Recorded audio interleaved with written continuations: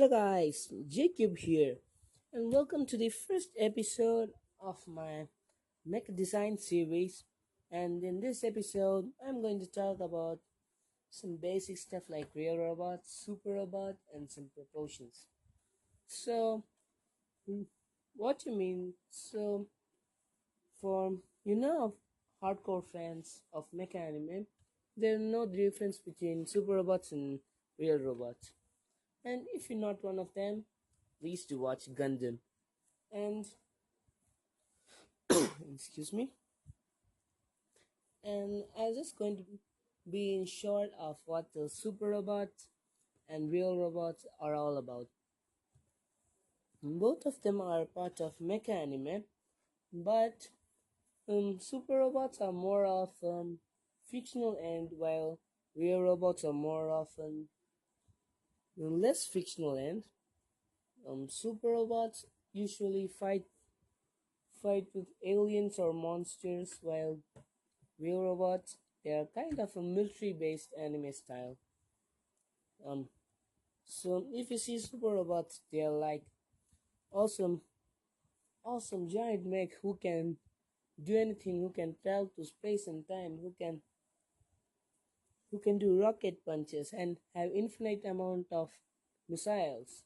Well, mech real robots are humanoid machines of war. Of course, they are just like futuristic tanks and fighter planes. And tanks and fighter planes do transform into real robots. So, excuse me. So, let me talk about proportions. So, here, for example, let me take a proportion which is humanoid in nature. So, um, excuse me. So, let me take my here. Sorry for waiting, guys. Now, let me excuse me. So, let me take my ruler and make a kind of scale of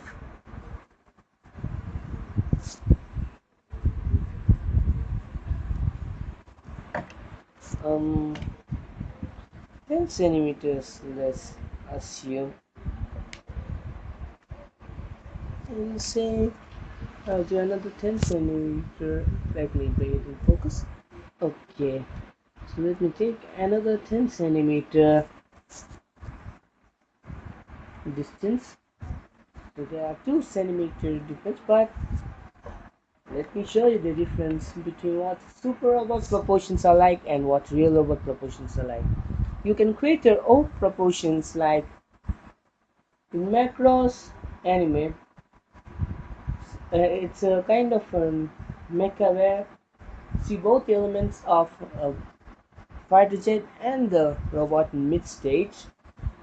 It's so weird, and you can take any kinds of proportions you want. But for now, let me take some basic two proportions for Mazinger Z kinda for like robots and Gundam like mecha. So let me start with the head. Let the head be kind of 1.5 centimeters, and I'll denote it with a circle. Same here. Head size won't change.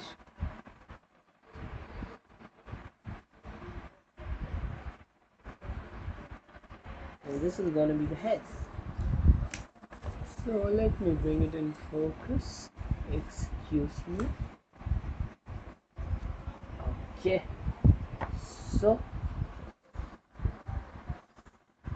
So excuse me. So if I think about super robots, they are more like humans, where half is torso and half is legs. If I let me draw a kind of a more human-like and the knees come just like the humans, like half part. I think the head's too big. Let me just refine the head shape and size. Okay, this is a lot better. So, excuse me. If you see here, it's more human-like proportions you got in Super Robot,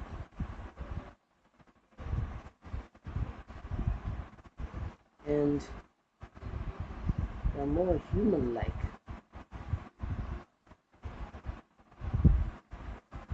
So if you check here, just like Mazinger J put some very rough cylindrical shapes, but in future tutorials I'll do separate tutorials for arms, legs, torso, head. Just sake of this tutorial, I'll do it in a simpler manner. Okay, so if you see here, the things are more human-like, and you got the neck.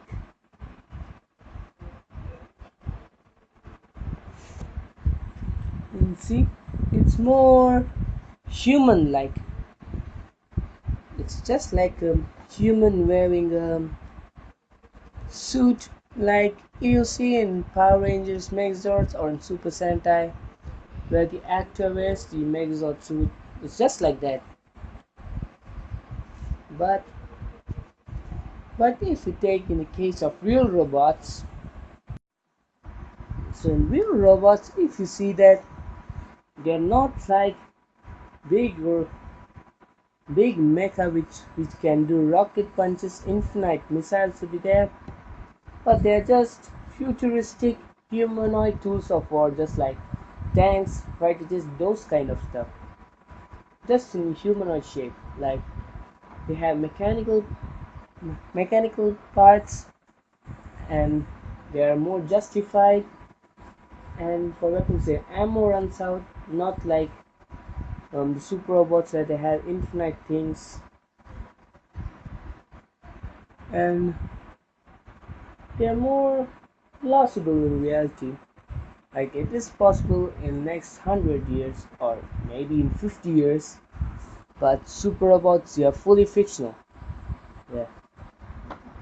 Like if you see getter robot, they run you good getter ways, which is quite fictional.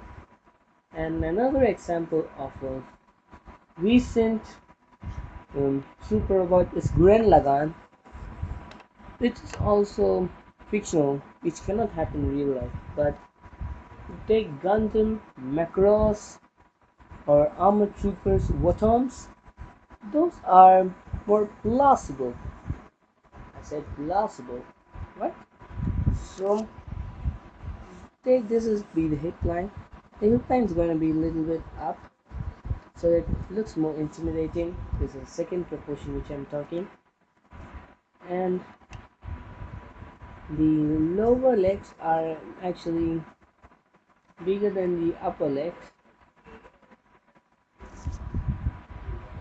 and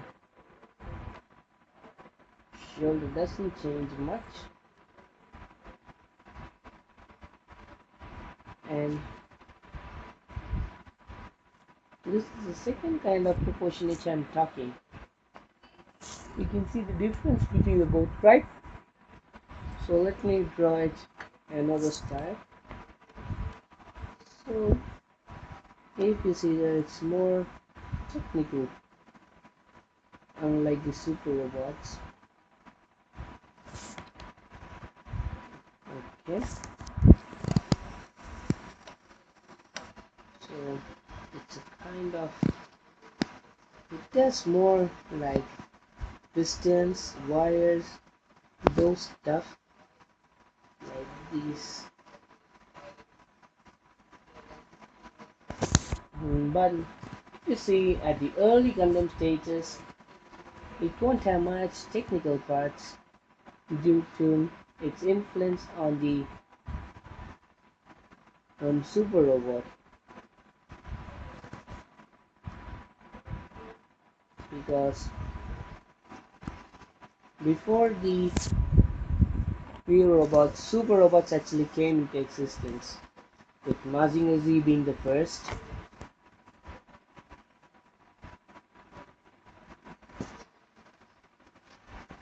And their weapons will be guns, not like swords. If you see here, you can find out.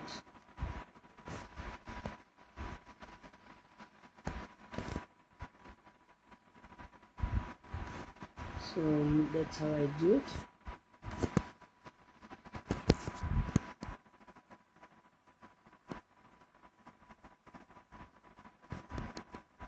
So for now, I've just done this.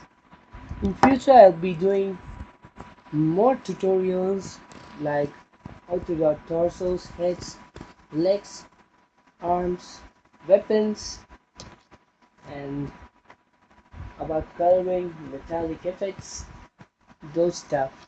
So this is what I have to talk about real robots and super robots and their proportions. So if you like the video, please give it a like and subscribe and check my other contents. So bye.